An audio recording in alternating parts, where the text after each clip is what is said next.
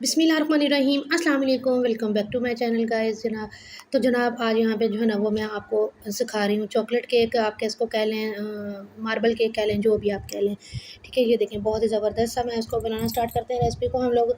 तो उसके लिए सबसे पहले मैंने ले लिए 3 अंडे। अगर आपके पास हैंड बीटर नहीं है तो आपने परेशानी हो ना आपको आप जो हम इस तरह से इजीली जो है ना वो अपना केक रेडी कर सकते हैं। ठीक है, 3 अंडे मैंने ले इनको डाला मैंने ब्लेंडर के अंदर और 1 कप जो है ना वो मैंने इसके साथ ऑयल का डाल दिया। कुकिंग ऑयल आप इसके अंदर डाल लें, अगर आपके पास बटर है तो आप बटर मेल्ट करके डाल लें। और 1 कप जो है ना वो आपने इसमें अंदर जो है ना वो डाल देना है शुगर का, और हाफ़ कप जो है ना वो आपने दूध का इसके अंदर ऐड करना है।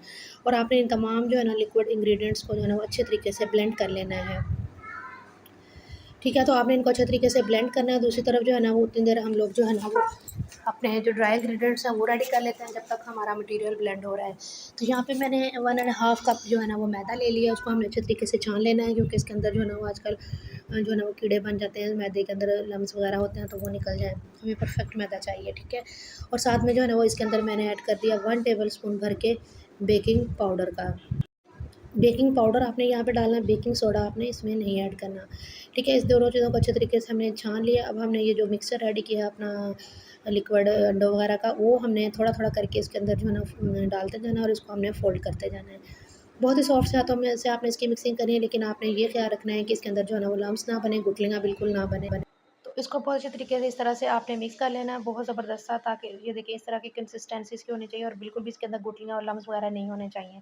अदरवाइज़ आपका केक जो है ना वो परफेक्ट नहीं बनेगा। अब जो है ना वो हमने इसमें से आधा मिक्सचर जो है ना वो निकाल लेना है और आधे मिक्सचर के अंदर जो है ना वो हमने ऐड करना है यहाँ पे 1 टेबल स्पून भर के कोको पाउडर का। आप इसको चॉकलेट केक कह लें, मार्बल केक कह लें, जो भी आप इसको रेसिपी को नाम देना चाहेंगे ना तो आप दे लीजिए। बहुत ही ज़बरदस्त और यम्मी सा बन के केक हमारा रेडी हुआ था।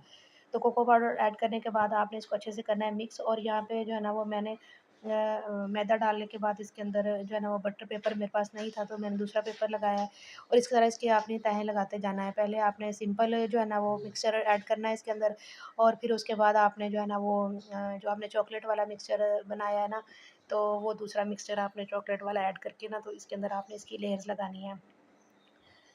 तो अगर आपके पास चीज़ घर में कोई ख़त्म हुई हो तो आपने बिल्कुल भी टेंशन नहीं लेनी कि बटर पेपर ख़त्म हुए हैं तो हम कैसे केक बनाएँ। तो सिंपल जो होता है ना नोटबुक का पेज बच्चों का, आप वो भी यूज़ कर सकते हैं। उसको ऑयल लगा के ग्रीस कर लीजिएगा और साथ में जो है ना वो दूसरा आपने मैदा नीचे डस्ट कर लेना है उसी पैन में जिसके अंदर आपने केक को जो है ना वो बेक करना है। ठीक है, इसी तरह से आपने थोड़ा-थोड़ा सा वो मिक्सचर डाला, थोड़ा-सा दूसरा मिक्सचर डालते हुए आपने इसकी जो है ना वो इसी तरह से लेयर्स बनाते जाना है और एंड तक जो है ना वो आपने इसको इसी तरह से असेंबल करना है। उतनी देर में जो लोग मेरे चैनल पे न्यू आए हैं वो मेरे चैनल को सब्सक्राइब कर दीजिए और मेरे वीडियो को लाइक और शेयर करना बिल्कुल ना भूलिएगा।